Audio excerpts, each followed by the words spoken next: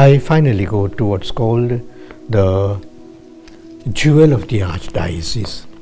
I take a new parish that has just come up, perhaps, and that is a good example for us that for to be a jewel, we need not be a shining in the sense of the outward, perhaps the shine, but coming up slowly from among the people, with the cooperation of the people, with all the collaboration of all the people who are there, we can still perhaps make a jewel shine.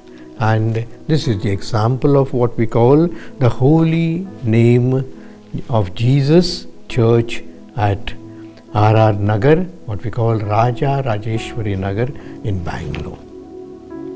You know, the name itself, the Holy Name of Jesus. St. Paul says, there is no name under the sun that is so powerful as the name of Jesus. It can achieve so many things, and miracles are experienced. The devils are thrown out with this holy name of Jesus. And so we have this church in R.R. Nagar, Raja Rajeshwari Nagar. The history goes back, I am told, in the what we call the Jubilee year of 2000. And there were some 10-12 families in that area of Raja Rajeshwari Nagar who would have liked to have a church or perhaps a place of worship of their own, but there was a small crowd.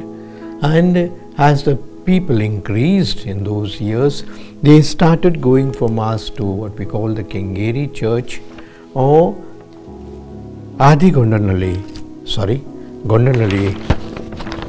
Parish, Gangonanahalli Parish.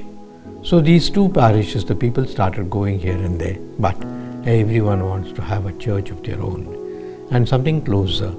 And we are told one of our Capuchin friars, Father Marian Miranda, OFM Cap, the then parish priest of St. Anthony's Church in Kengeri, along with Brother Victor Krasta, were gracious enough to understand the problems of the Catholics of R.R. Nagar. So they took the initiative and were in search of a suitable place to celebrate Mass. After some time, they approached the Archbishop Ignatius Pinto, and he was sympathetic to him, and as we are told, the first Mass was celebrated in a house, in fact house number 394, Bemel Layout, R.R. Nagar, and the house was of Mr. A. Joseph Anthony. So the first Mass was celebrated in his house.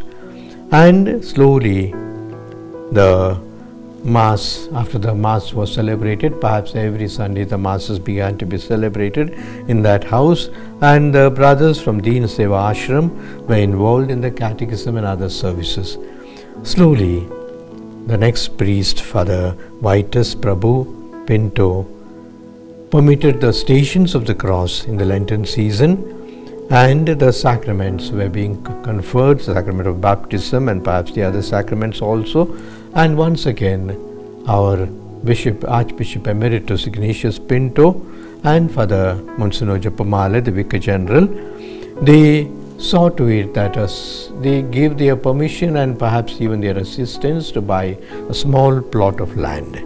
And we are told bungalow number 912 of Ideal Homes Group Township was chosen as a location of the R.R. Nagar Church. Fortunately, with the help of the people's contribution and also the diocesan contribution in a great manner, the church was inaugurated on 2nd of June 2002. And Father Amrut Raj was the first parish priest of this new church, and followed by Father Patrick Digby and also Father Terence Matthew. So these are the priests who in the initial years worked for this church and gathered the people and make the people comfortable in their own church. And so the new church was inaugurated on 31st of October 2009, and our Archbishop Emeritus Bernard Morris is the one who is responsible for a beautiful church in this place. After Father Terence Matthew, Father Vino Fabian was the parish priest. he also took a lot of interest, and Father Anthony Brito and Father Santosh Vincent were the ones who followed him. And presently we have Father Y. Michael, who is a parish priest and also dean of the area. And we can say that from small, humble beginnings, we see this flower blooming into a full-blown flower, or perhaps a jewel that we call it, of the holy name of Jesus Church, R.R. Nagar or Raja Rajeshwari Nagar. We wish the people all the best, because I am told not only the people are cooperative and collaborative with the parish priest, they also have so many plans, including perhaps a little of a presbytery or perhaps some other things that you would like for the dear parish. I wish them well. I wish Father Michael, who is taking a lot of interest not only in the parish but also in the deanery, that he would become the instrument of more and more progress and growth and devotions in the church as we move towards what we call the Jubilee year of the church.